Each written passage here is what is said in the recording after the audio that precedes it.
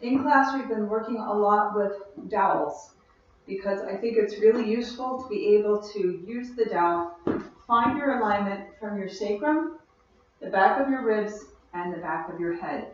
You want these to be lined up. Now, if you weren't in heels, this would be a little bit straighter towards the floor, but in reality, in heels, you have to let that line have a little bit of diagonal to it. The important thing is that your hips don't come back from it, you don't arch your back, don't let your head fall forward, that you have that alignment throughout your spine, even though your spine is not in a straight line. If we use this and we find that midline, what we're trying to do is fix that feeling of the core lifting, the back stabilizing, and finding that balance through the center, so that then, if we do some sort of adorno, or if we're taking a step, that line stays as perpendicular to the floor as possible. What you'll find is if you try to get onto one leg and balance there, the tendency is to put your head to the outside, and then you have this, as you can see, you can have this angle. It's not a very good balance. You get very wobbly. If you are stacked up towards the inside of both thighs, big toe has energy, core is lifted, you can maintain that and move around and have this motion in your middle. It's holding you together. Your leg is very mobile, but your balance is very dynamic and strong.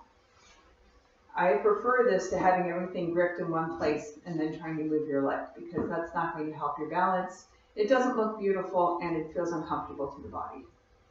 Another useful way to use the dowels is to find out if there's a spot in your regular step where you are losing your core connection and starting to wobble. So if you have a mirror, this is more helpful, but the dowel itself gives you feedback right along your body. So if you're taking a step and there's a point at which you're cheating, you're going to feel the wobbling start, but you really can feel that emphasized when you're using the dowel.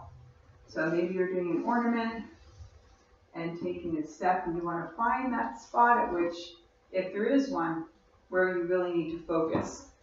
For a lot of us, most of our step is fine. There's just one little bit somewhere where we're cheating. Maybe we're not rolling to our foot.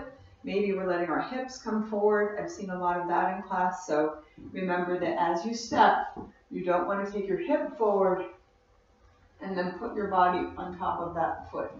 You want to use your support leg to send you the whole time. See how my back leg is working? My back leg is working to stack me into the new spot. If I do that front and back, I can keep my hips aligned.